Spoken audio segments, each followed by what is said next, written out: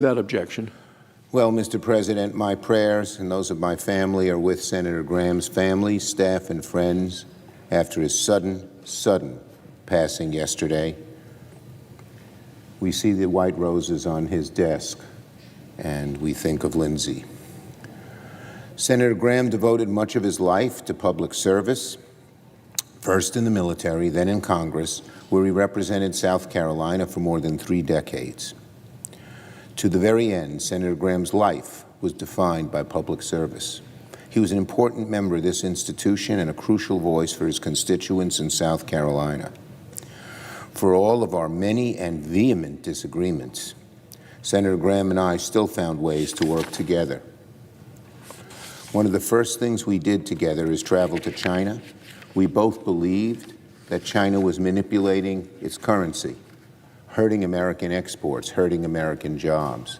And together, we hammered away at that issue. At first, neither the left nor right believed us. Amazingly enough, both the New York Times, a liberal publication, the Wall Street Journal, a conservative publication, said there's no such thing as currency manipulation. But Graham and I proved to be correct. And we took some real efforts over the next few years to stop that manipulation and the outflow of American jobs. We worked together and hashed out a framework for common sense, comprehensive immigration reform. The so-called Gang of Eight, led by myself and Senator McCain, and with Lindsey Graham as a key member, we worked hard on it. We didn't agree on everything in our bipartisan immigration proposal, but we agreed it was worth trying because doing nothing was worse. We also found common ground in our effort to aid Ukraine after the Russian invasion. I know if Senator Graham were here in the chamber today, he would also join me in urging the Senate to support Ukraine and strengthen sanctions on Russia. I urge Senator Thune, in honor of Lindsey, to put the Russian sanctions bill on the floor immediately. It will pass overwhelmingly and help our allies in Ukraine. Not seeing eye to eye is no reason to be blind to the way forward. Lindsey could understand that. Every senator ought to do the same. Now on the shutdown.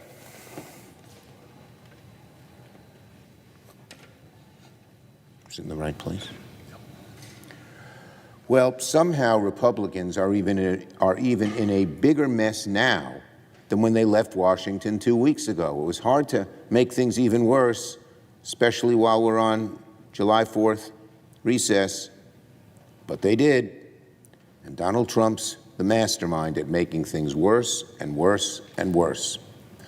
Just this morning, Donald Trump told Fox and Friends, quote, "Republicans have to terminate the filibuster. It's so insane, otherwise we're going to have a shutdown in September." The Trump shutdown. He's bragging about it. He's predicting it.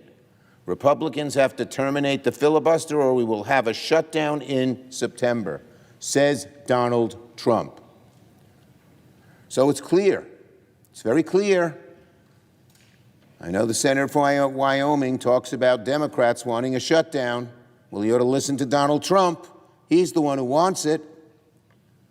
It's clear if we head towards a shutdown in September, it will be Trump who is responsible.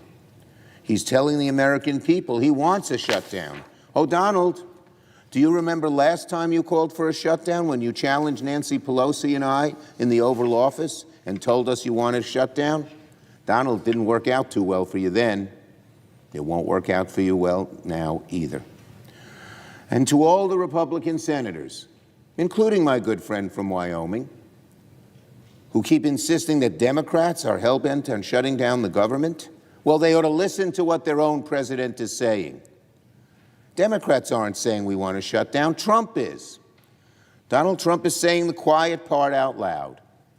He has no issue with shutting down the federal government to force through his radical agenda. If Republicans want to clean up their mess,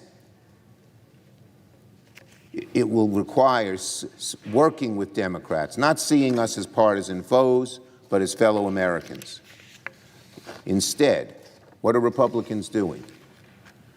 They're advancing a lopsided partisan spending bill that would supersize the budget for Trump's disastrous war with Iran without providing cost relief to working families or reining in Donald Trump's corruption. That's unacceptable. Let's put Republican accusations to rest.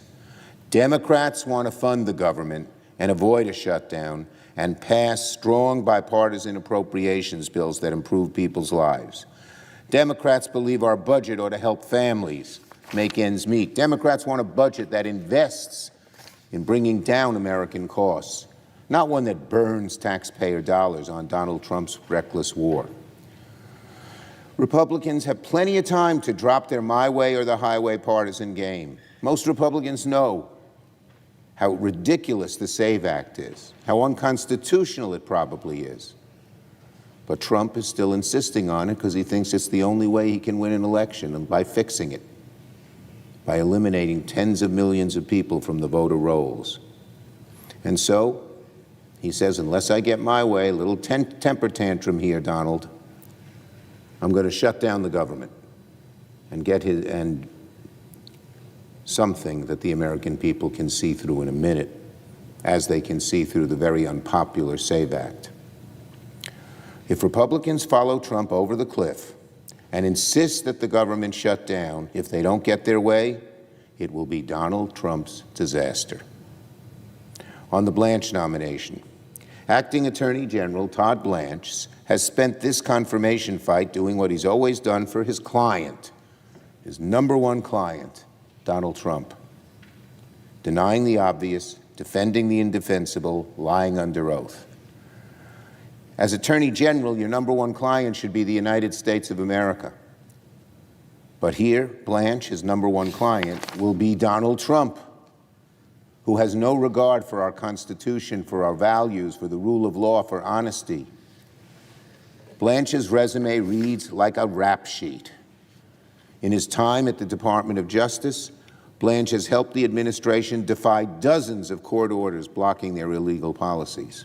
Blanche continues to withhold 3 million pages of the Epstein files and lied under oath to Congress about meeting the Epstein survivors, something they deny.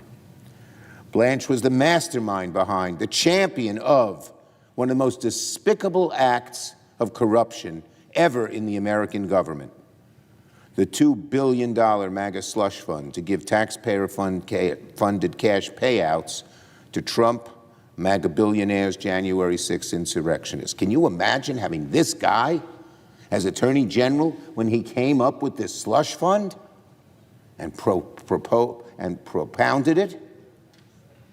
One of the most corrupt acts anyone has proposed, any Attorney General, and they want to put him in? Oh, my God. Yeah, I'm pleased the federal government rebuked that blatantly corrupt slush fund and sweetheart immunity deal for Trump and his family. But we haven't seen the last of this administration's corruption. Blanche has devoted his career to serving Donald Trump, and particularly his corrupt purposes. Blanche has gone after Trump's enemies, covered up Trump's crimes, and shielded Trump from the consequences. Who does Trump pick in these very important law enforcement officers? People who represented him.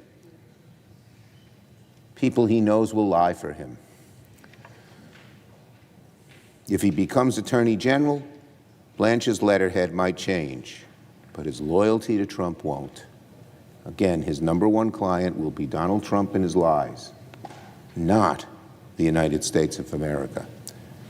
Blanche has already made it clear we can't trust a word that comes out of his mouth. Republicans ought to remember that during the confirmation hearings. On the Iran war, President Trump formally notified lawmakers that the nation is once again at war with Iran. Really? Thanks, Donald. Nobody seemed to know that, did they? Trump's rinse and repeat approach to the Iran war isn't a strategy. It's a recipe for utter disaster. Again, Trump once again gave 60-day notice that the nation is once again at war with Iran. His rinse and repeat approach isn't a strategy. We keep moving backward. Gas prices stay high. Casualties increase. Costs increase. It's incredible what a fiasco this war is. Trump's so-called understanding, a lot of bull, with Iran fell apart faster than the ink could dry. Doesn't tell us what really the understanding means. We hear plenty of things that the Iranians say were agreed to that are not in the understanding, and America suffers. The same old cycle repeats itself over and over again. Trump tells us the war's over. Iran tells us it isn't. The missiles start flying. The ships stop moving.